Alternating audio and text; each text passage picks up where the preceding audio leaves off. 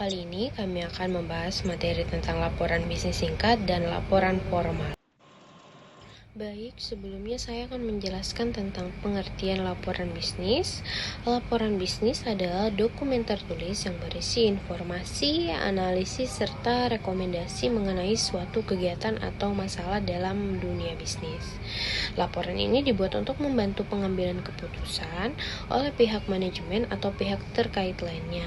Dalam praktiknya, laporan bisnis tidak hanya berisi data mentah, tetapi juga penjelasan yang sistematis sehingga pembaca dapat memahami kondisi yang sedang terjadi.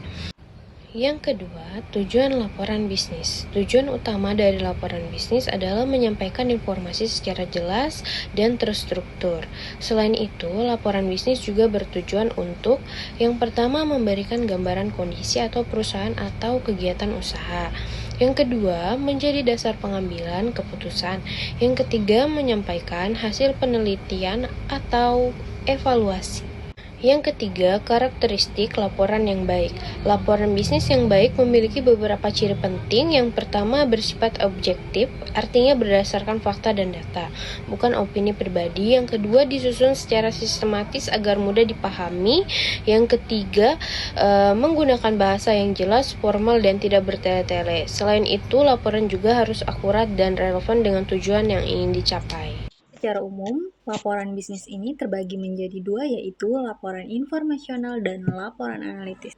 Jadi yang pertama itu ada laporan informasional. Apa sih laporan informasional ini?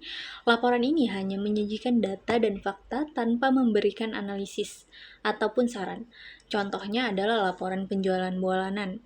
Yang kedua, itu ada laporan analitis. Nah, laporan analitis ini yaitu laporan yang tidak hanya menjanjikan data, tetapi juga dia menganalisis penyebab suatu masalah dan memberikan solusi.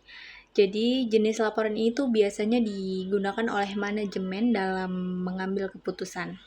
Nah, selanjutnya kita masuk ke struktur laporan bisnis formal. Nah, laporan formal ini memiliki susunan yang lebih lengkap dibandingkan laporan singkat. Bagian pertamanya itu ada halaman judul yang membuat judul laporan, dan juga ada nama penyusun, lalu ada tanggal, kemudian terdapat juga kata pengantarnya. Selanjutnya ada daftar isi, pendahuluan yang berisi latar belakang, namun juga di situ ada tujuan dan ruang lingkup. Setelah itu terdapat isi atau pembahasan sebagai bagian utama yang berisi data dan analisis.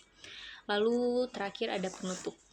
Selanjutnya kita akan bahas laporan bisnis singkat. Jadi apa sih laporan bisnis singkat ini?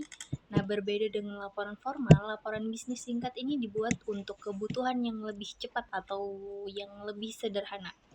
Strukturnya ini hanya terdiri dari judul, tujuan, isi utamanya yang berupa ringkasan informasi dan kesimpulannya.